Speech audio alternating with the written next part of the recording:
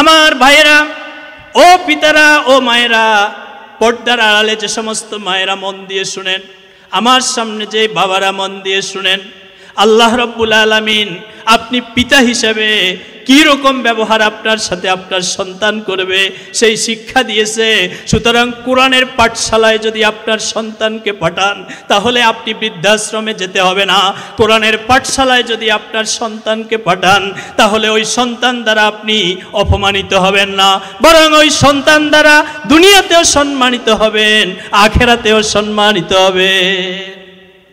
আল্লাহ রাব্বুল আলামিন বলেন, ইম্মা ইয়াবলুগান্না ইনদাকাল কিবারা আহাদুহুমা আও কিলাহুমা ফালা তাকুল লাহুমা উফফিন ওয়ালা তানহারহুমা ওয়া কুল লাহুমা কাওলান কারীমা। ও দুনিয়ার সন্তানেরা শুনো, তোমার পিতামাতা দুইজন অথবা দুইজনের একজন যদি বার্ধক্য অবস্থায় তোমার কাছে এসে পৌঁছে, তাহলে ইম্মা ইয়াবলুগান্না ইনদাকাল কিবারা আহাদুহুমা আও কিলাহুমা, যদি দুইজন অথবা একজন বৃদ্ধ অবস্থায় অসহায় অবস্থায় তুমি পাইয়া যাও, তাহলে ফালা তাকুল লাহুমা উফফিন ওয়ালা তানহারহুমা, তাদের কোনো আচরণে তুমি উহ শব্দ পর্যন্ত উচ্চারণ করিও না। এখানে যারা উলামা ইকরাম আছেন তারা বুঝবেন, উফ মানে হলো উহ, অর্থাৎ পিতা যখন বৃদ্ধ হয়ে যায়, মা যখন বৃদ্ধা হয়ে যায়, তখন শিশুর চেয়েও অবুঝ হয়ে যায়। কথা ঠিক কিনা? তুমি যখন মায়ের কোলে শিশু ছিলা, একটু নাড়াচাড়া করো, বাবার ঘুমের প্রয়োজন, তুমি ঘুমাইতে দাও নাই, বাবা কখনো বিরক্তি বোধ করে নাই, মা বিরক্তি বোধ করে নাই। রাতের গভীরে কনকনে শীত, এই মুহূর্তে তুমি কেঁদে উঠেছ, মা বিরক্তি প্রকাশ করে নাই, তোমাকে দুধ খাওয়াইছেন, প্রস্রাব করে বিছানা ভিজাইয়া দিছ, মা ভিজা জায়গায় শুয়েছে, তোমাকে শুকনা জায়গায় শোয়াইছে। বৃদ্ধ অবস্থায় তোমার মা এবং বাবা যখন তোমার কাছে এইরকম অসহায় অবস্থায় আসে, সেও তোমার ওই শিশুর মতো হয়ে যায়। ওই শিশু অবস্থায় পিতামাতার কোনো আচরণে অতিষ্ঠ হইয়া কষ্ট পাইয়া তাদেরকে উহ শব্দ তুমি বুঝতে দিও না। মুআজ্জাজ মুকাররম হাজরিন, আমাকে আপনাদের পক্ষ থেকে আলোচনার একটি নির্ধারিত বিষয় দেওয়া হয়েছে, পিতামাতার প্রতি মর্যাদা। আপনারা কি খুশি আছেন? পিতামাতার প্রতি মর্যাদা দিবে কারা? কথা কয় না, কারা? সন্তানেরা। এই বিধান কার?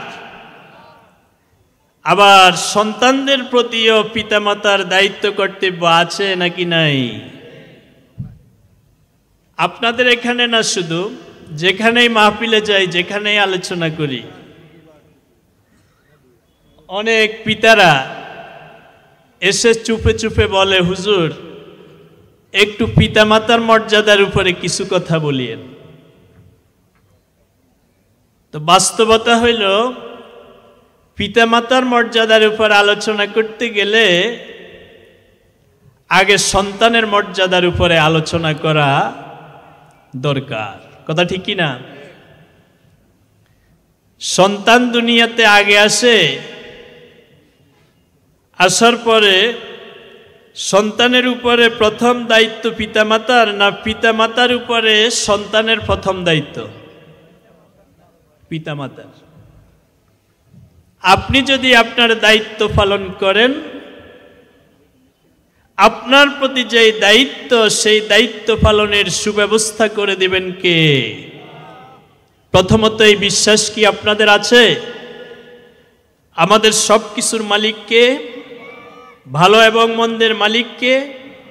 আমাদেরকে বিপদ আপদ দেন কে? আর বিপদ আপদ থেকে মুক্ত রাখেন কে? আমাদের প্রত্যেকটা কদম সামনে অগ্রসর হওয়ার ক্ষেত্রে কার সাহায্যের উপরে আমরা নির্ভরশীল? সুতরাং আমি যদি আমার দায়িত্ব পালন করি, আপনি যদি আপনার দায়িত্ব পালন করেন, আমার এবং আপনার দায়িত্ব পালন করার সেই সুব্যবস্থা করবেন কে? সুতরাং এই কথায় আমরা আগে একমত হই যে আমরা যারা পিতা হয়েছি, সর্বপ্রথম আমার পুটপুটে সন্তানটা কোলে পাওয়ার পরে তার দেখাশোনার দায়িত্ব, তার যাবতীয় দায়িত্ব আল্লাহ রব্বুল আলামিনের পক্ষ থেকে আমাকে আপনাকে দেওয়া হয়েছে নাকি হয় নাই? সুতরাং সন্তানের হক আগে না সন্তানের পক্ষ থেকে পিতামাতার হক আগে? সন্তানের হক আগে। কথা ঠিক কি না? মনে কষ্ট পাইছেন আপনারা? মনে কষ্ট পাওয়ার কিছু নেই। আমরা সবাই বাবা, আবার আমরা সবাই সন্তান, কি ঠিক কি না? আমরা সবাই বাবা, আবার আমরা সবাই, কথা ঠিক না? সমস্যা হলো দুনিয়ার সব বউরা খারাপ, ভালো শুধু সব মেয়েরা, কথা ঠিক কি না? খেয়াল করেন না মনে হয়? দুনিয়ার সব মেয়েরা কি ভালো, খারাপ শুধু কারা? কয় আমার জামাইটা খুব ভালো। কেন ভালো? মেয়ে যা বলে তা শুনে। তবে ছেলেটা খুব খারাপ, তাকে নিয়ে বিপদে আছি। কয় কি? কয় বউর কথায় উঠে আর বসে। কি বুঝেন না আপনারা? আরে আপনারা যে কথা বুঝেন সেটা তো আমি বুঝতে হবে, কি ঠিকই না? আপনারা কথা বুঝেন, এটা আমাকে বুঝাইতে হবে। আরো একদিন বলেছিলাম আমি শিক্ষক মানুষ, সে কারণে আপনি আমার কথা বুঝেন কি না এটা আমাকে বুঝতে হবে। বলছিলাম দুনিয়ার সব বউরা খারাপ, মেয়েরা কি, আর সব শাশুড়িরা খারাপ, শুধু ভালো কে? মা। তাহলে যিনি শাশুড়ি তিনি কারো না কারো মা, যিনি বউ তিনি কারো না কারো মেয়ে। তাহলে সব মেয়েরা যদি ভালো হয় সব বউরা ভালো, আবার সব বউরা যদি ভালো হয় তাহলে সব। আসল কথা কি? আসল কথা হচ্ছে এই কোরআন আর সুন্নাহের ভিতরে আমরা যতক্ষণ পর্যন্ত থাকব ততক্ষণ পর্যন্ত আমি বউ হলেও ভালো, জামাই হলেও ভালো, মেয়ে হলেও ভালো, শাশুড়ি হলেও ভালো, মা হলেও ভালো। আর এই কোরআন সুন্নাহ থেকে যখন দূরে সরে যাব তখন শাশুড়ির তকমা দিয়ে, বউয়ের তকমা দিয়ে, মায়ের তকমা দিয়ে কেউ ভালো হইতে পারে না, কেউ খারাপ হইতে। এতটুকু কি বুঝাতে পারলাম? সম্মানিত মুসল্লিয়ানে কিরাম, আমি আপনাদের সামনে বিষয়বস্তুকে সামনে রেখে কোরআনে কারীম থেকে 3টি আয়াত তেলাওয়াত করেছি। 31 নম্বর সূরা, সূরার নাম হচ্ছে লোকমান। সূরার নাম কি? কোরআন শরীফের কত নম্বর সূরা? 31 নম্বর। এই সূরার মোট আয়াত হলো 34টি আর রুকু হলো 4টি। খেয়াল থাকবে তো? এই সূরাটা হচ্ছে মাক্কি সূরা। মাক্কি সূরা হলো আল্লাহর রাসূলের হিজরতের আগে যে সূরা নাজিল হয়েছে সেই সব সূরা হচ্ছে মাক্কি সূরা, আর হিজরতের পরে যে সব সূরা নাজিল হয়েছে সেগুলো হলো মাদানী সূরা। তাহলে এই সূরাটি 31 নম্বর সূরা। সূরার নাম লোকমান, আয়াত সংখ্যা 34, রুকু সংখ্যা হলো 4। আমি আপনাদের সামনে তেলাওয়াত করেছি 13, 14 এবং 15 নম্বর আয়াত। 13 থেকে কত? 15। প্রথমে আমি লোকমান সম্পর্কে কথা বলব। এই লোকমান যার নামে আল্লাহ রাব্বুল আলামিন এই সূরাটা নাজিল করেছেন, তিনি কোনো ওই জামানার বড় কোনো আলেম ছিলেন না, আবার তিনি কোনো নবীও ছিলেন না, বরং তিনি ছিলেন একজন রাখাল। সুবহানাল্লাহ। তিনি ছিলেন কি? একদিন লোকমান আলাইহিস সালাম মানুষকে ওয়াজ করছেন, নসিহত করছেন, হাজার হাজার মানুষ তার ওয়াজ শুনছেন। ওয়াজ শোনার শেষে একজন লোক এসে বলছে, আপনি কি সেই লোকমান যেই লোকমান আমার সাথে অমুক অমুক জায়গায় মেষ চড়াতেন? শ্রোতা ভাবছে এই লোকটাকে তো মনে হয় চেনা চেনা লাগে। ওই যে অমুক মরুভূমির মধ্যে আমি মেষ চড়াইছিলাম, আমার সাথে যে এই লোকটা মেষ চড়াইছে সেই লোকমান নামের লোকটা মনে হচ্ছে ইনি, যার নাম শুনে এসেছি তার বয়ান শোনার জন্য। সুবহানাল্লাহ। এসে বলছে, আপনি কি সেই লোকমান যেই লোকমান আমার সাথে অমুক জায়গায় মেষ চড়াতেন? কয়, হ্যাঁ আমি সেই লোকমান। সুবহানাল্লাহ।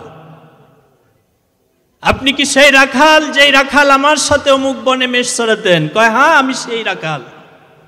কয়, তাহলে কে তোমাকে এত মর্যাদা দিয়েছে? কিসে তোমাকে এত মর্যাদা দিয়েছে? সুবহানাল্লাহ।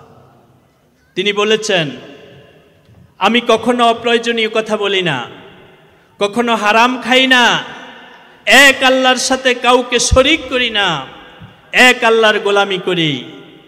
তুমি যদি তোমাকে এই রকম গঠন করতে পারো তাহলে তোমাকে ওই মর্যাদা দিবেন কে? ইন্না আক্রামাকুম ইনদাল্লাহি আতকাকুম,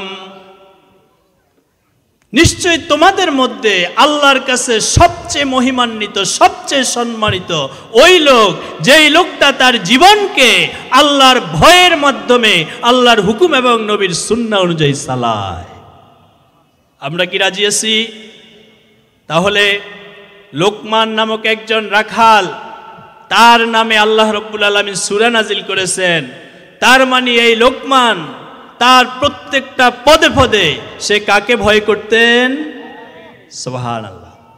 সেই লোকমান আলাইহিস সালাম তার সন্তানকে এই আয়াতগুলোর মধ্যে 10টি উপদেশ দিয়েছেন। সুবহানাল্লাহ। 10টি। কথা বলতে হবে কয়টি? আমি আপনাদের সামনে একটি বলবো, আর ওই একটির সাথে আল্লাহ রাব্বুল আলামিন কিছু কথা যোগ করে দিয়েছেন, সেই কথাগুলো বলবো, তাহলে আজকের আলোচনা শেষ হয়ে যাবে ইনশাআল্লাহ। তো লোকমান আলাইহিস সালাম তার সন্তানকে এমন উপদেশ দিলেন, বিশ্বজাহানের রব আল্লাহ রাব্বুল আলামিন সেই উপদেশগুলোকে কোরআনের আয়াত বানিয়ে নাজিল করে দিয়েছেন। সুবহানাল্লাহ। আরো বলে, জোরে বলেন সুবহানাল্লাহ। একজন বাবা তার সন্তানকে উপদেশ দিলেন, যে উপদেশগুলো আল্লাহর কাছে ভালো লেগেছে, আল্লাহ সেটার সাথে যোগ করে আরো কিছু কথা বলেছেন। কাকে নিয়ে? যেই পিতা তার সন্তানকে এই উপদেশগুলো দিল, সেই পিতার অধিকার নিয়ে, সেই মাথার অধিকার নিয়ে আল্লাহ পিতার উপদেশের সাথে সেটা যোগ করে দিয়েছেন। সুবহানাল্লাহ। আমার হাতে যেহেতু সময় কম, আমি মূল আলোচনায় চলে যাচ্ছি। আল্লাহ রাব্বুল আলামিন কি বলছেন শুনেন। আগেই বলছি, লোকমান কোনো নবী ছিলেন না। তিনি একজন, তাফসিরে পাওয়া যায় তিনি একজন রাখাল ছিলেন, কিন্তু আল্লাহর সাথে সে এত সুসম্পর্ক করেছেন, কিয়ামত পর্যন্ত আল্লাহ বান্দার জন্য এই দৃষ্টান্ত স্থাপন করেছে, আমি আল্লাহর কাছে এমপি, মন্ত্রী, রাজা, বাদশাহ, এমনকি অন্য কোনো ব্যক্তির মূল্যায়ন আমার কাছে নাই, বরং তুমি যদি রাখাল হয়ে আমি আল্লাহর গোলাম হতে পারো, তোমার মর্যাদা আমার কাছে পৃথিবীর সব কিছুর চেয়ে উপরে। সুবহানাল্লাহ। আল্লাহ তাআলা বলেন, ওয়াইয ক্বালা লুকমানু লিইবনিহি ওয়া হুয়া ইয়াইযুহু, স্মরণ করো সেই সময়ের কথা যখন লোকমান তার সন্তানকে বলেছিল উপদেশ চলে, ইয়া বুনাইয়া লা তুশরিক বিল্লাহ, হে আমার সন্তান তুমি আল্লাহর সাথে কাউকে শরীক করিও না, ইন্নাশ শিরকা লাযুলমুন আযীম, নিশ্চয় শিরক এমন এক গুনাহ, এমন এক জুলুম, যেই জুলুমের চেয়ে বড় জুলুম আর নাই। বাপে কারে বলতেছে? সুবহানাল্লাহ। তাহলে এখান থেকে মেসেজ, আপনি বাবা হিসেবে আপনার সন্তানকে সর্বপ্রথম যেই শিক্ষা দিবেন সেটি হচ্ছে তাওহীদের শিক্ষা। সুবহানাল্লাহ। রাজি আছেন সবাই? ইয়া বুনাইয়া লা তুশরিক বিল্লাহি ইন্নাশ শিরকা লাযুলমুন আযীম, লোকমান তার সন্তানকে বললেন, হে আমার প্রিয় সন্তান, তোমার বাবা হিসেবে বাবার চেয়ে আপন পৃথিবীতে আর কেউ নাই। সন্তান যত বড় হয় বাবার মধ্যে কোনো হিংসা আসে না, বরং বাবা খুশি হয়, গর্বের সাথে বলে আমার সন্তান অমুক। বাবার মতো এত উদার, বাবার মতো এত কল্যাণকামী পৃথিবীতে আর কেউ নাই। সেই বাবা হিসেবে আমি তোমাকে বলছি, আমার প্রিয় সন্তান, আমার কলিজার টুকরা সন্তান, তোমার বাবা হিসেবে তোমার কল্যাণকামী হয়ে তোমাকে জাহান্নাম থেকে মুক্ত রেখে জান্নাতি মানুষ করার লক্ষ্যে আমি বাবা তোমাকে বলছি, আল্লাহর সাথে কাউকে শরীক করিও না। শিরক এমন একটা গুনাহ, এর চেয়ে বড় জুলুম আর কিছু নাই। তাহলে কি শিখলেন? সন্তানকে প্রথম শিক্ষা দিবেন তাওহীদের শিক্ষা, একত্ববাদের শিক্ষা, এক আল্লাহর উলুহিয়তের শিক্ষা। সুবহানাল্লাহ। সে কারণেই সন্তান ভূমিষ্ঠ হওয়ার পরে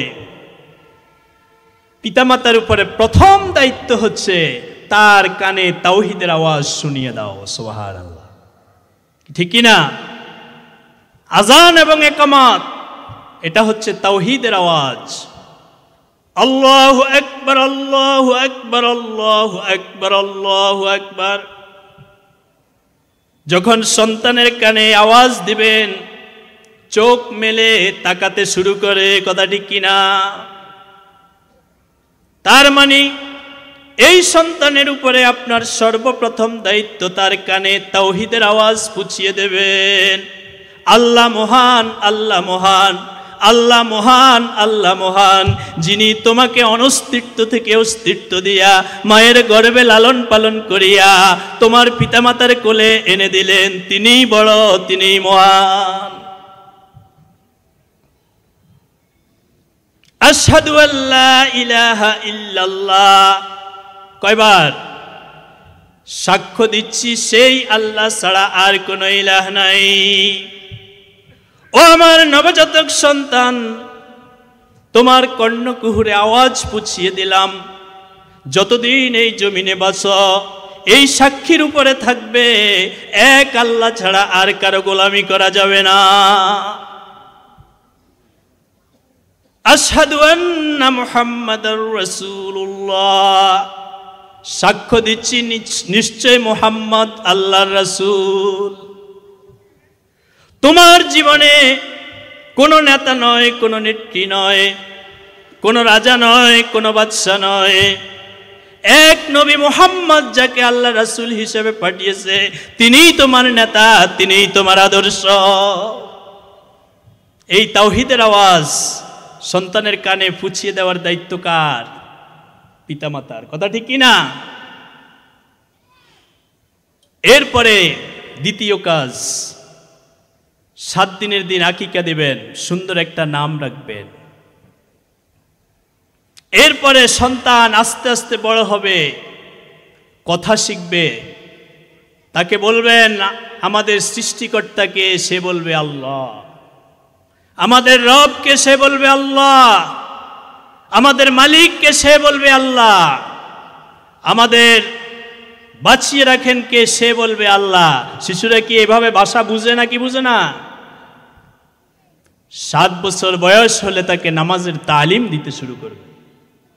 এটা কার সুন্নাত? আল্লাহ রাসূলের সুন্নাত।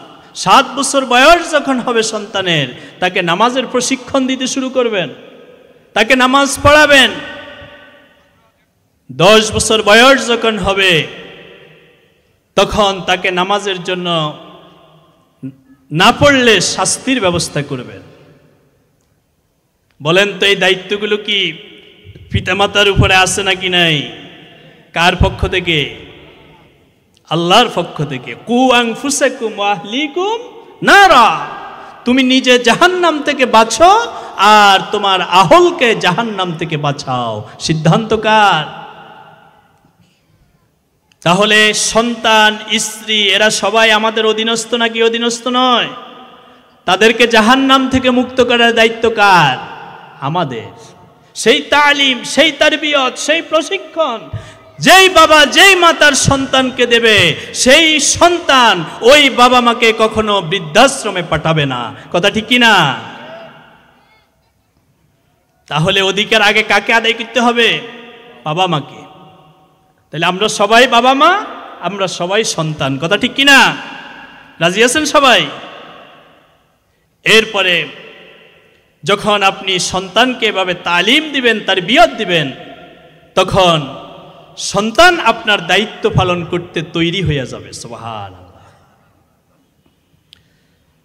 এরপরে নামাজের জন্য তাকে 10 বছর হলেই শায়েস্তা করতে হবে, এটা আপনার দায়িত্ব। এরপরে তাকে কোরআন শিখাতে হবে, ইসলাম শিখাতে হবে, জান্নাত জাহান্নাম বুঝাতে হবে, আল্লাহর অস্তিত্ব বুঝাতে হবে। সেই রকম পাঠশালায় তাকে পাঠাতে হবে। সেই সন্তান কখনো পিতামাতাকে ত্যাগ করবে না। তাহলে লুকমান আলাইহিস সালাম তার সন্তানকে সর্বপ্রথম কিসের শিক্ষা দিয়েছেন? তাওহীদের শিক্ষা। বলেন, কিসের শিক্ষা দিয়েছেন? একত্ববাদের শিক্ষা। একমাত্র মালিককে, আল্লাহ। গোলামি করতে হবে একমাত্র কার? আল্লাহর। এই শিরক মুক্ত জীবন যদি আপনি আমি না গড়ি, সন্তানকে যদি সেভাবে তৈরি না করি, তাহলে জীবনের সন্ধ্যাবেলায় হিসাব নিকাশ দেওয়া লাগবে নাকি লাগবে না? নবীজি বলেন, ক্বালা রাসূলুল্লাহ সাল্লাল্লাহু আলাইহি ওয়াসাল্লাম, কুল্লুকুম রাঈন ওয়া কুল্লুকুম মাসউলুন আন রাইয়াতিহি। তোমাদের প্রত্যেকেই এক একটা রাখাল। রাইন মানে রাখাল। রাইন মানে কি? রাখাল। তো রাখাল কি রক্ষণাবেক্ষণ করে? কি? বকরি। মালিকের বকরিগুলো নিয়ে এসে মরুভূমিতে চলে যায়, মেষ চড়ায়, সন্ধ্যাবেলায় আবার মালিকের কাছে আসলে ওই বকরিগুলোর হিসাব দেওয়া লাগে নাকি লাগে না? আল্লাহর নবী বলেন, কুল্লুকুম রাঈন ওয়া কুল্লুকুম মাসউলুন আন রাইয়াতিহি। ও আমার উম্মতেরা, তোমাদের প্রত্যেকেই এক একটা রাখাল, মানে এক একটা দায়িত্বশীল। সুবহানাল্লাহ। বকরির রাখাল যেমন মরুভূমিতে বকরি চড়াইয়া, একটা বকরি যখন বাঘে খেয়ে ফেলে, নেকড়ে খেয়ে ফেলে, মালিকের কাছে আসি যখন বকরির হিসাব দিতে হয়, তেমনি ভাবে তোমার জীবনের সন্ধ্যাবেলা যখন চলে আসবে, তেমনি ভাবে তোমার মালিক আল্লাহর কাছে তোমার অধীনস্থদের হিসাব দেওয়া লাগবে। তোমার স্ত্রী, তোমার সন্তান, তোমার ছেলে মেয়ে, এরা সবাই তোমার অধীনস্থ, আর এদের প্রত্যেকেরই তুমি একজন দায়িত্বশীল, তুমি একজন রাখাল। ইবলিস নামক নেকড়ে বাঘ, এদের কাউকে যদি তোমার দুর্বলতার কারণে, তোমার অলসতার কারণে, তোমার দায়িত্বশীল ভূমিকার অভাবের কারণে ইবলিস নামক নেকড়ে বাঘ যদি তোমার অধীনস্থ একজনকে জাহান্নামের দিকে নিয়ে যায়, তুমি একজন রাখাল হিসেবে, একজন দায়িত্বশীল হিসেবে জীবনের সন্ধ্যাবেলা যখন তোমার চলে আসবে, তোমার মালিক আল্লাহর কাছে সেই হিসাব দেওয়া লাগবে। এই মানদণ্ডে আমরা কি আমাদের সন্তান, স্ত্রী, তাদের ব্যাপারে আল্লাহর আদালতে হিসাব দেওয়া লাগবে নাকি লাগবে না? সুতরাং আসুন আমরা একজন পিতা হিসাবে সন্তানের অধিকার আদায় করি, সন্তানকে দ্বীনের উপর প্রতিষ্ঠিত করি।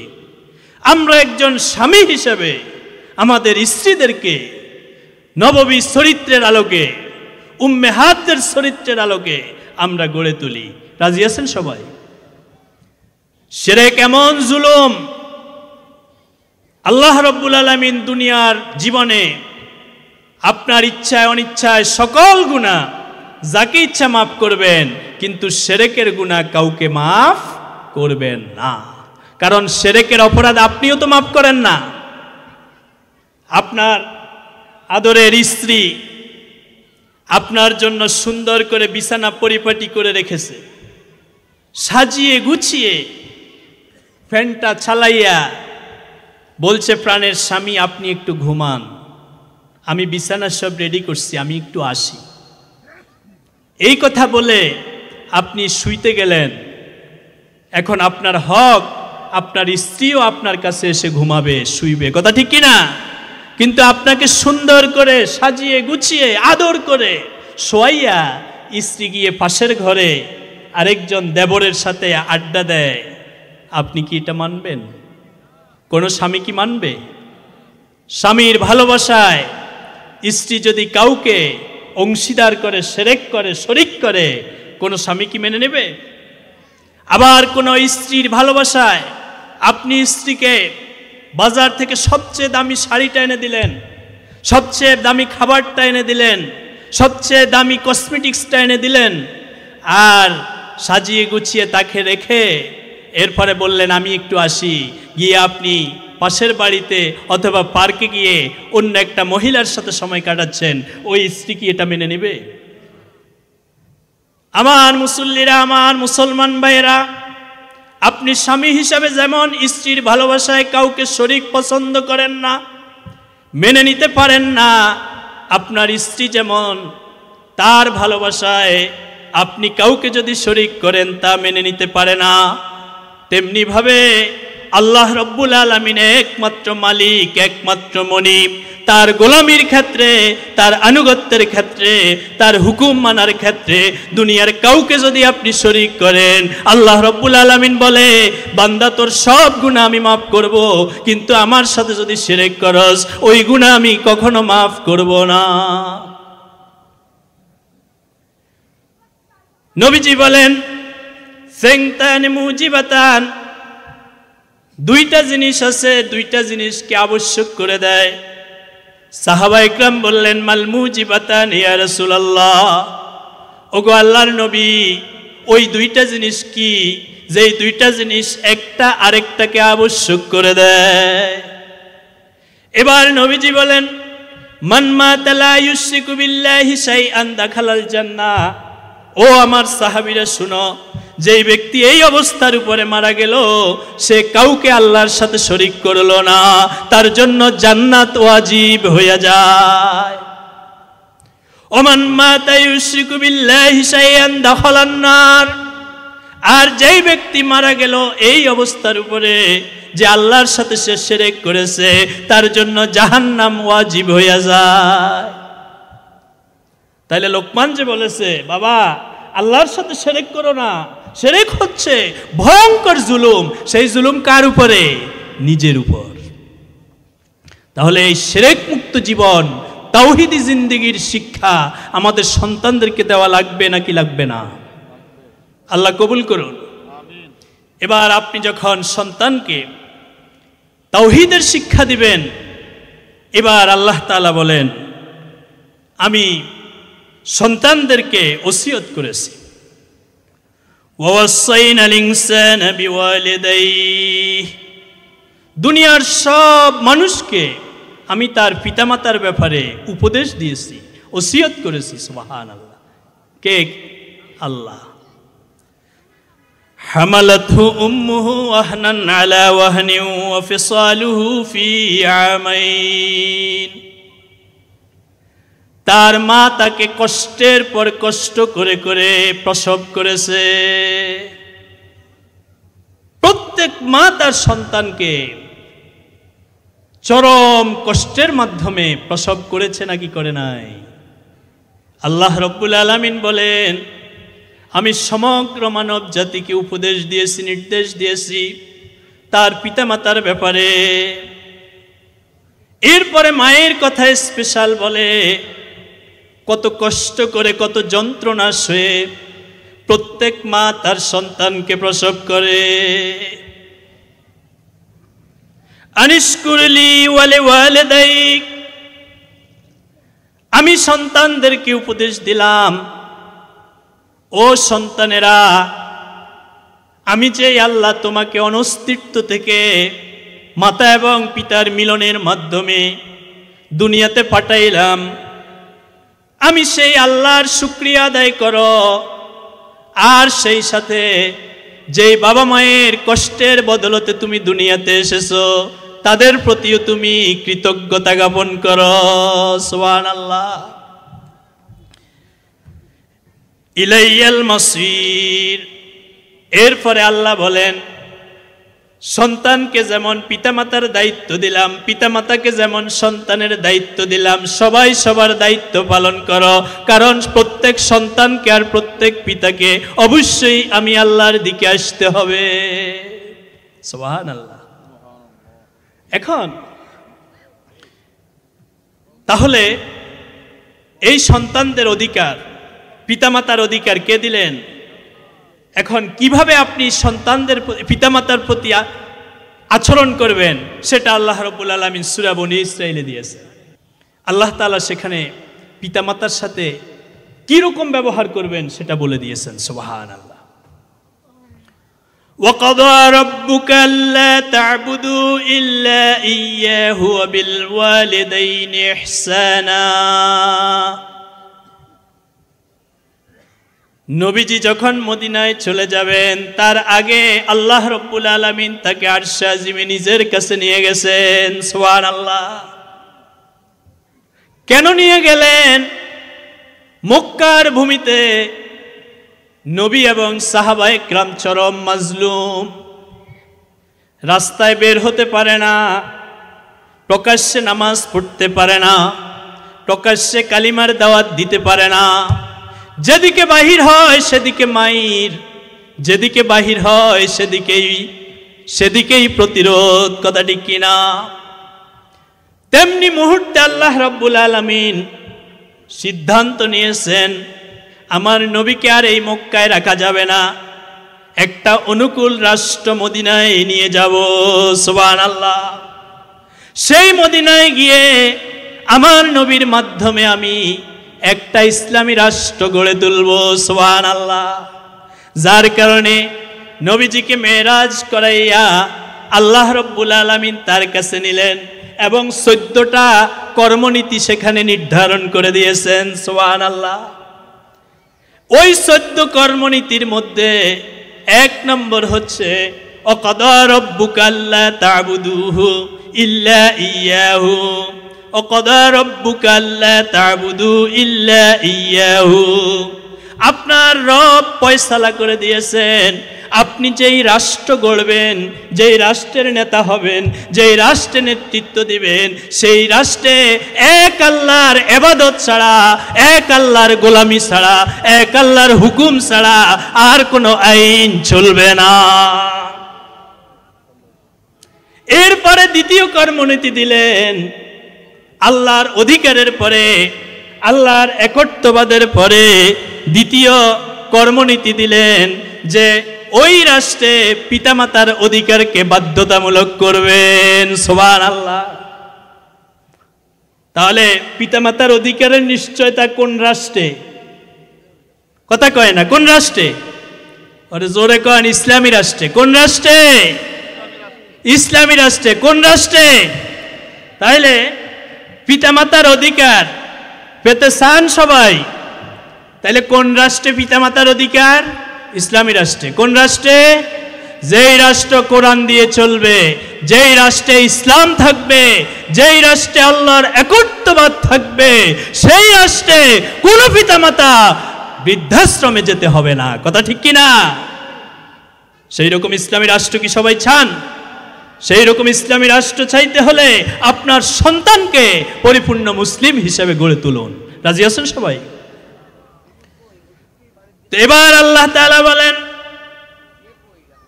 আপনার রব ফয়সালা করে দিলেন, আপনি যেই রাষ্ট্র চালাবেন, যেই রাষ্ট্রের রাষ্ট্রপতি হবেন, সেই রাষ্ট্রে এক আল্লাহর উবুদিয়াতুল উলুহিয়াত ছাড়া আর কিছু চলবে না। সুবহানাল্লাহ। ওয়াবিল ওয়ালিদাইনি ইহসানা। আর দ্বিতীয় কর্মনীতি হলো প্রত্যেক পিতামাতার সাথে সদ্ব্যবহার করতে হবে। পিতামাতা যদি অমুসলিম হয় তাহলেও তার সাথে সদ্ব্যবহার করতে হবে, তবে তার শিরক করে এমন কথা এমন কাজ করা যাবে না। এখন কিভাবে সদ্ব্যবহার করবে আল্লাহ রাব্বুল আলামিন সেই তালিমও দিয়ে দিয়েছেন। সুবহানাল্লাহ। আমার ভাইয়েরা, ও পিতারা, ও মায়েরা, পর্দার আড়ালে যে সমস্ত মায়েরা মন দিয়ে শুনেন, আমার সামনে যে বাবারা মন দিয়ে শুনেন, আল্লাহ রাব্বুল আলামিন আপনি পিতা হিসেবে কি রকম ব্যবহার আপনার সাথে আপনার সন্তান করবে সেই শিক্ষা দিয়েছে। সুতরাং কোরআনের পাঠশালায় যদি আপনার সন্তানকে পাঠান তাহলে আপনি বৃদ্ধাশ্রমে যেতে হবে না। কোরআনের পাঠশালায় যদি আপনার সন্তানকে পাঠান তাহলে ওই সন্তান দ্বারা আপনি অপমানিত হবেন না, বরং ওই সন্তান দ্বারা দুনিয়াতেও সম্মানিত হবেন, আখিরাতেও সম্মানিত হবেন। আল্লাহ রাব্বুল আলামিন বলেন, ইম্মা ইয়াবলুগান্না ইনদাকাল কিবারা আহাদুহুমা আও কিলাহুমা ফালা তাকুল লাহুমা উফফিন ওয়ালা তানহারহুমা ওয়া কুল লাহুমা কাওলান কারীমা। ও দুনিয়ার সন্তানেরা শুনো, তোমার পিতামাতা দুইজন অথবা দুইজনের একজন যদি বার্ধক্য অবস্থায় তোমার কাছে এসে পৌঁছে, তাহলে ইম্মা ইয়াবলুগান্না ইনদাকাল কিবারা আহাদুহুমা আও কিলাহুমা, যদি দুইজন অথবা একজন বৃদ্ধ অবস্থায় অসহায় অবস্থায় তুমি পাইয়া যাও, তাহলে ফালা তাকুল লাহুমা উফফিন ওয়ালা তানহারহুমা, তাদের কোনো আচরণে তুমি উহ শব্দ পর্যন্ত উচ্চারণ করিও না। এখানে যারা উলামা ইকরাম আছেন তারা বুঝবেন, উফ মানে হলো উহ, অর্থাৎ পিতা যখন বৃদ্ধ হয়ে যায়, মা যখন বৃদ্ধা হয়ে যায়, তখন শিশুর চেয়েও অবুঝ হয়ে যায়। কথা ঠিক কিনা?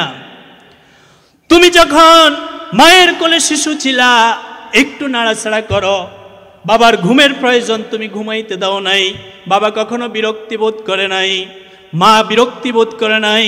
রাতের গভীরে কনকনে শীত, এই মুহূর্তে তুমি কেঁদে উঠেছ, মা বিরক্তি প্রকাশ করে নাই, তোমাকে দুধ খাওয়াইছেন, প্রস্রাব করে বিছানা ভিজাইয়া দিছ, মা ভিজা জায়গায় শুয়েছে, তোমাকে শুকনা জায়গায় শোয়াইছে।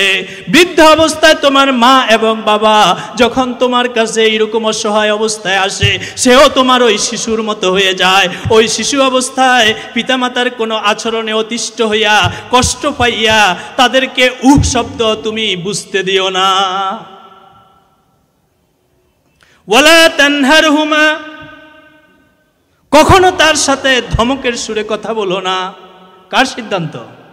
ওয়ালা তানহারহুমা ওয়া কুল লাহুমা কাওলান কারীমা, বরং তার সাথে তুমি সুন্দর সুন্দর কথা বলো। কারণ তোমার শিশুকালে বাবা সারাদিন ক্লান্ত শ্রান্ত হইয়া ঘরে আসছে, আসার সময় তোমার জন্য পকেটে করে কেক নিয়ে এসেছে, চকলেট নিয়ে এসেছে, বেলুন নিয়ে এসেছে, এত ক্লান্ত শ্রান্ত তোমাকে কোলে তুলে আদর করেছে, তোমাকে দুই ছোয়ালে আদর দিয়েছে, তোমাকে কপালে আদর দিয়েছে, এরপরে তোমাকে বাবা বাবা বলে বলছে তোমার কি লাগবে, বাবা কেমন আছো, এত আদর কদর করে বাবা মা তোমাকে লালন পালন করেছে। ওই বাবা মার বার্ধক্য অবস্থায় ওয়াকুল লাহুমা কাওলান কারীমা, তুমি ওই বৃদ্ধা মায়ের পাশে বসে তার মাথায় হাত বুলাও, ওই বৃদ্ধ বাবার পাশে বসে তার গায়ে হাত বুলাও। বাবা কেমন লাগে, একটু ঘুরতে মন চায় কিনা, তোমাকে পার্কে ঘুরাইছে, তোমাকে খেলাইছে, তোমাকে রোদে নিয়েছে, তোমার সাথে বল খেলাইছে, কত রকম আনন্দ বিনোদন তোমার শিশুবেলায় তোমার বাবা মা তোমাকে দিয়েছে। এই বৃদ্ধ অবস্থায় বাবা যখন নিঃস্ব অসহায়, মা যখন নিঃস্ব অসহায়, তুমি তার পাশে বসো, মাথায় হাত বুলিয়ে বলো, মা কেমন লাগে, কি খাইতে চাও, কি প্রয়োজন, বাবা কেমন লাগে, কি খাইতে চান, কি প্রয়োজন, এইরকম সুন্দর সুন্দর কথা বলো যেন তোমার বাবা মার কলিজাটা সিক্ত হইয়া যায়। ওয়াকফিদ লাহুমা জানাহায যুল্লি মিনার রাহমাহ, ও দুনিয়ার সন্তানেরা, তোমার বাবা মা যেমন তুমি ওখানে ছিলা, বাহির থেকে আসিয়া হাত বাড়াইয়া দিয়েছে আর তুমি দৌড়ে এসে কোলে উঠেছ, তেমনি ভাবে তোমার বৃদ্ধ বাবা বৃদ্ধ মা, তার জন্য তোমার দয়ার হাতটা বাড়াইয়া দাও। অকুর রব্বির হামহুমা কামা রব্বায়ানি সগীরা। আর দুই হাত তুলে তোমার বাবা মায়ের জন্য দোয়া করো, ও পরওয়ারদিগার আল্লাহ, আমার অসহায় সময়ে, আমার দুর্দিনে যখন আমি বলতে পারতাম না আমার ক্ষুধা লেগেছে, মা বুঝে আমাকে খাওয়াইতেন, বাবা বুঝে আমার জন্য খাবার নিয়ে আসতেন। আমার ছোটবেলায় আমার এই বাবা মা আমার উপরে যেমন দয়া করেছে, তেমনি ভাবে রব্বুল আলামিন তুমিও আমার বাবা মার উপরে দয়া করো। অকুর রব্বির হামহুমা কামা রব্বায়ানি সগীরা। আমার ছোটবেলায় আমার বাবা মা যেমন আমার উপরে দয়া করেছে, হে আমার রব তুমিও বাবা মার উপরে তেমনি দয়া করো। সুবহানাল্লাহ। এই শিক্ষা কোথায় আছে? কোরআনে আছে। এই শিক্ষা কোথায় আছে? সুতরাং সন্তানদেরকে কোরআনের পাঠশালায় পাঠান, তাহলে আপনার অধিকার পাবেন। কথা ঠিক কিনা? আমার ভাইয়েরা, ও আমার এই সেতুভাঙ্গা অঞ্চলের বাবারা, আল্লাহর নবীকে প্রশ্ন করেছেন সাহাবী, মা হাক্কুল ওয়ালিদাইনি আলা ওয়ালাদিহি। ও আল্লাহর রাসূল, সন্তানের উপরে পিতামাতার হক কি? নবীজি বলছেন, ও আমার সাহাবী শুনো, হুমা জান্নাতুকা ও নারুকা। তোমার বাবা মা দুইজন তোমার জান্নাত অথবা জাহান্নাম। বাবা মা কি জান্নাত অথবা জাহান্নাম? কে বলছেন? ক্বালা রাসূলুল্লাহি সাল্লাল্লাহু আলাইহি ওয়াসাল্লাম। জিবরাইল আলাইহিস সালাম, আল্লাহর রাসূল মিম্বারে উঠেছেন 1 2 3। আল্লাহর রাসূল প্রথমবারে বলেছেন আমিন, দ্বিতীয়বারে বলেছেন আমিন, তৃতীয়বারে বলেছেন আমিন। সাহাবা ইকরাম জিজ্ঞাসা করলেন, ইয়া রাসূলুল্লাহ আপনি আমিন বললেন কেন?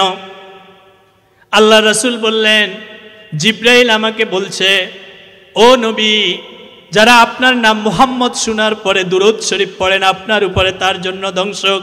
আমি মুহাম্মদ বলেছি আমিন। বলেন সাল্লাল্লাহু আলাইহি ওয়াসাল্লাম। বলেন সাল্লাল্লাহু আলাইহি ওয়াসাল্লাম। নবীর নাম শোনার পরে যদি দুরূদ না পড়ে, এর ধ্বংসের জন্য বদদোয়া করেছে জিবরাইল, আর আমিন বলেছেন নবীজি। সুবহানাল্লাহ। সুতরাং দুরূদ শরীফ পড়ার দরকার আছে নাকি নাই? নবীর শানে যদি একবার দুরূদ পড়েন 10টা রহমত আল্লাহ নাজিল করবে, 10টা সগীরা গুনাহ মাফ হয়ে যাবে, 10টা মর্যাদা আল্লাহ আপনার বাড়াইয়া দেবে। সুবহানাল্লাহ। পড়েন সাল্লাল্লাহু আলাইহি ওয়াসাল্লাম। সুতরাং সারাদিন দরুদ পড়ুন, আপনার ঘর রহমতার বরকতে ভরে যাবে। এরপরে জিবরাইল বলেছে, যেই ব্যক্তি পিতামাতাকে বৃদ্ধ অবস্থায় পেল অথচ তাদের সেবা করে জান্নাত কামাই করতে পারল না, সেই ব্যক্তির জন্য ধ্বংস হোক। নবীজি বলছে আমিন। ও সন্তানেরা মনোযোগ দিয়ে শুনো, তোমার বাবা আছে, মা আছে ঘরে বৃদ্ধা, এরা তোমার জান্নাত, এরা তোমার জাহান্নাম। যদি তাদের অধিকার আদায় না করো, তাদের সেবা করে যদি জান্নাত কামাই না করতে পারো, তোমার বাবা মা যদি তোমার উপরে কষ্টে থাকে, তাহলে তুমি হাজী হইতে পারো, গাজী হইতে পারো, দানবীর হইতে পারো, কিন্তু তোমার জন্য জাহান্নাম আবশ্যক হয়ে যাবে। একজন সাহাবী মৃত্যুর মুহূর্তে কালেমা পড়াচ্ছেন সাহাবা ইকরাম, তার জবান দিয়ে কালেমা আসতেছে না। সাহাবা ইকরাম জিজ্ঞাসা রাসূলকে বললেন, ইয়া রাসূলুল্লাহ, তাকে তো কোনোভাবেই কালেমা পড়াইতে পারতেছি না।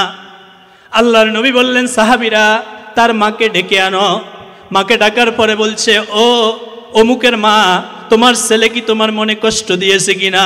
বলছে, ইয়া রাসূলুল্লাহ, এই ছেলের উপর আমার মনে কষ্ট আছে।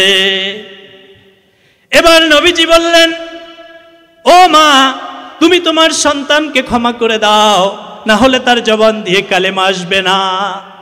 মা বলছে, ও আল্লাহর রাসূল, এই ছেলে আমাকে এত কষ্ট দিয়েছে, তাকে আমি ক্ষমা করতে পারবো না। এরপরে রাসূল বলছে, ও সাহাবীরা, এই মা যদি কোনোভাবে ক্ষমা না করে, তাহলে লাকড়ি আনো, তার সামনে তার সন্তানকে আগুনে পুড়ে ফেলবো। এই কথা বলার পরে মায়ের আর হৃদয় মানে না। মা বলছে, ইয়া রাসূলুল্লাহ, আমি আমার সন্তানকে ক্ষমা করে দিলাম। সন্তানকে যখন মা ক্ষমা করে দিল, এবার সাহাবীর মুখ দিয়ে কালেমা শুরু হয়ে গেল, লা ইলাহা ইল্লাল্লাহু মুহাম্মাদুর রাসূলুল্লাহ। ও সন্তানেরা, তোমার পিতামাতা যদি তোমার উপরে কষ্টে থাকে, তোমার পিতামাতার মনে কষ্ট যদি তোমার উপরে থাকে, আজকেই পায়ের উপরে পড়ে তার কাছে ক্ষমা চেয়ে নাও। তুমি যত বড় হাজি হও, যত বড় নামাজি হও, বাবা মায়ের কষ্টের কারণে তোমার জন্য জাহান্নাম। সাহাবী মায়ের বোঝা বহন করে 7 বার বাইতুল্লাহ তাওয়াফ করেছেন। আসিয়া বলছেন, ইয়া রাসূলুল্লাহ, আমার বৃদ্ধা মাকে বহন করে আমি কাবাঘর তাওয়াফ করেছি 7 বার, আমি কি আমার মায়ের হক আদায় করতে পেরেছি কিনা? আল্লাহর নবী বলছেন, ও সাহাবী, তোমার মায়ের 1 ফোঁটা দুধের ঋণ তুমি পরিশোধ করতে পারো নাই। তাহলে পিতামাতার মনে কি কষ্ট দেওয়া যাবে? তাহলে এই পিতামাতার অধিকার কে দিয়েছেন? আল্লাহ। এরপরে তৃতীয়বার কেন আমিন বলেছেন ইয়া রাসূলুল্লাহ? জিবরাইল বলেছে, যেই ব্যক্তি রমজান মাস পাইল কিন্তু রমজানের হক আদায় করে নিজেকে আল্লাহর কাছ থেকে ক্ষমা চেয়ে নিতে পারল না, তার জন্য ধ্বংস হোক। নবীজি বলছেন আমিন। সামনে কি রমজান মাস আসতেছে? এখন কোন মাস? রজব মাস, তারপরে শাবান, এরপরে রমাদান। সুবহানাল্লাহ, আর 1.5 মাস নাই।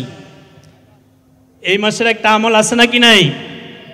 আল্লাহুম্মা বারিক লানা ফি রজব ওয়া শাবান ওয়া বাল্লিগনা রমাদান। পড়েন, আল্লাহুম্মা বারিক লানা ফি রজব ওয়া শাবান ওয়া বাল্লিগনা রমাদান। ও আল্লাহ, এই রজব এবং শাবান মাসের বরকত আমাদেরকে দিয়ে দেন, আর রমজান যেন আমরা পাই, রমজানের হক আদায় করে আমরা যেন মাগফুর হতে পারি, জান্নাতি হতে পারি, সেই তৌফিক আমাদেরকে দিয়ে দেন। আল্লাহুম্মা বারিক লানা ফি রজব ওয়া শাবান ওয়া বাল্লিগনা রমাদান। পড়বেন তো ইনশাআল্লাহ? আল্লাহ তৌফিক দান করুন। তাহলে পিতামাতার সাথে কখনো দুর্ব্যবহার করা যাবে না। এখন পিতামাতা যদি আপনাকে অন্যায়ের কথা বলে, শিরকের কথা বলে, তাহলে কি করবেন? এখন আপনি পিতা হিসাবে, মা হিসাবে সন্তানের জন্য অনেক বড়, কিন্তু আপনি তো আল্লাহর চেয়ে বড় হয়ে যান নাই, কথা ঠিক কিনা? সে কারণে আল্লাহ ওই যে সূরা লোকমানে সেখানে বলে দিয়েছেন, ওয়া ইন জাহাদাকা আলা আন তুশরিকা বিমা লাইসা লাকা বিহি ইলম। যদি তোমার পিতামাতা এই 2 জন তোমাকে যদি এমন উপদেশ দেয় যেটা পালন করলে আল্লাহর সাথে শিরক হয়ে যাবে, কি হয়ে যাবে? ফালা তুতিহুমা, তবে তাদের এই আদেশ শোনা যাবে না। শোনা যাবে, আরে সবাই বলেন, শোনা যাবে না। তার মানে পিতামাতার চেয়ে আপন পৃথিবীতে কেউ নাই। এই পিতামাতা যদি আল্লাহর সাথে শিরক হয় এমন নির্দেশ তোমাকে দেয়, তাহলে সেক্ষেত্রে তার হুকুম মানা যাবে না, কথা ঠিক কিনা? তো পিতামাতার হুকুমে যদি না মানা যায়, দলের নেতা নেত্রীর হুকুম মানা যাবে? যাবে? এখন হুকুম মানবেন না, তাহলে তাদের সাথে আচরণ কি করবেন? আচরণ কি করবেন? ওয়াসাহিবহুমা ফিদ দুনিয়া মারুফা, তাদের সাথে দুনিয়ার জীবনে সৎ ব্যবহার করো। সুবহানাল্লাহ। কি করো? তার খাওয়া দরকার খাওয়াও, জামা দরকার জামা দাও, চিকিৎসা দরকার চিকিৎসা দাও, সেবা দরকার সেবা দাও। তার সব কথা শুনো, কিন্তু আল্লাহর অবাধ্য হওয়ার ব্যাপারে যদি কোনো নির্দেশ দেয় সেটা মানবা না, তবে তার হক নষ্ট করতে পারবা না। সুবহানাল্লাহ। আমাদের আল্লাহর চেয়ে দয়াশীল, আল্লাহর চেয়ে রহমান, আল্লাহর চেয়ে রাহিম আর কেউ নাই। ইসলাম উদারতা শিখায়, ইসলাম ভালোবাসা শিখায়। এই কারণে ইসলাম যারা মানে তাদের কাছে ক্ষমা পাওয়া যায়, তাদের কাছে ভালোবাসা পাওয়া যায়। দুর্ব্যবহার করলেও সদ্ব্যবহার পাওয়া যায়। কথা ঠিক কিনা? দেখেন কি তালিম, কি শিক্ষা। ও বান্দারা, তোমার পিতামাতা শিরকের কথা বললে তার কথা শুনবা না, তবে দুনিয়ার জীবনে তার সাথে কি করো? সদ্ব্যবহার করো। তার চিকিৎসা দরকার তা করো। এরপরে নির্দেশ কি জানেন? ওয়াত্তাবি সাবিলা মান আনাবা ইলাইয়া, ওই ব্যক্তির অনুসরণ করো যে আমার দিকে ফিরে আসে। সে তোমার বাবা নয়, সে তোমার মা নয়, সে তোমার বড় ভাই নয়, সে তোমার চাচা নয়, সে তোমার দাদা নয়, কিন্তু সে আমি আল্লাহর গোলাম, আমি আল্লাহর দ্বীনের দায়ী, আমি আল্লাহর দ্বীনের রাই। তার দিকে ফিরে আসো, তার অনুসরণ করো। সুবহানাল্লাহ। তাইলে অনুসরণ করতে হবে কার? যে আল্লাহর দ্বীনের দায়ী, যে আল্লাহর গোলাম, তার অনুসরণ করো। সুবহানাল্লাহ। ওয়াত্তাবি সাবিলা মান আনাবা ইলাইয়া, তোমার পিতামাতা যদি আমার অবাধ্য হওয়ার জন্য নির্দেশ দেয় তার কথা শুনিও না, তার সাথে সদ্ব্যবহার করো, তার অধিকার আদায় করো, তবে অনুসরণ করবে তার যে লোকটা আমার পথে চলে, আমার পথে হাঁটে, আমার উপদেশ তোমাকে দেয়। সুবহানাল্লাহ। এরপরে আল্লাহ বলেন সুম্মা ইলাইয়া মারজিউকুম, কারণ ও সন্তানেরা শুনো, দুনিয়াতে যতদিনেই থাকো তোমাদেরকে আমার দিকেই ফিরে আসতে হবে। কার দিকে ফিরে আসতে হবে? আল্লাহ। ফাউনাব্বিউকুম বিমা কুনতুম তা'মালুন, আমার কাছে যখন আসবা তখন আমি তোমাদেরকে এক সংবাদ দিব তোমরা যে আমল করেছো সেই আমলের। সুবহানাল্লাহ। কে দিবে সংবাদ? আল্লাহ। আমাদের প্রত্যেকের নামে এক একটা প্রোফাইল আল্লাহর কুদরতি, আল্লাহর কুদরতি সিসি ক্যামেরার মধ্যে আছে নাকি নাই? আমরা কোথায় কি বলি, কোথায় কি করি, কোথায় কিভাবে থাকি, সব কিছু আমাদের সেই প্রোফাইলে জমা হয় নাকি হয় না? হয়। সেই প্রোফাইল একটা হলো নেগেটিভ আর একটা হলো কি পজিটিভ। একটার মধ্যে আপনার ভালো কাজ, ভালো কথা, ভালোগুলো যায়, আর একটার মধ্যে কি যায়? খারাপগুলো যায়। এখন ফাআম্মা মান সাকুলাত মাওয়াসিনুহু ফাহুয়া ফি ঈশাতির রাদিয়াহ ওয়া আম্মা মান খাফফাত মাওয়াসিনুহু ফাউম্মুহু হাওিয়া ওয়া মা আদরাকা মা হিয়া নারুন হামিয়া। যার পজিটিভ পাল্লা, নেকের পাল্লা ভারী হবে, তার জন্য চির সুখের ঠিকানা জান্নাত। সুবহানাল্লাহ। আর যার নেকের পাল্লা, পজিটিভ পাল্লা হালকা হবে, ফাউম্মুহু হাবিয়া, তার ঠিকানা হচ্ছে জ্বলন্ত অগ্নিকুণ্ড হাবিয়া। বলছে ওমা আদরাকা মা হিয়া, সেটা কি? হাবিয়াটা কি হে রাসূল আপনি জানেন? জ্বলন্ত কি? অগ্নিকুণ্ড। তাহলে আমরা কি সেই জ্বলন্ত অগ্নিকুণ্ডে যেতে চাই? কেউ কি যেতে চান? আমরা সবাই কোথায় যেতে চাই? চির সুখের ঠিকানা জান্নাতে যেতে চাই। তাহলে আমাদেরকে কি করতে হবে?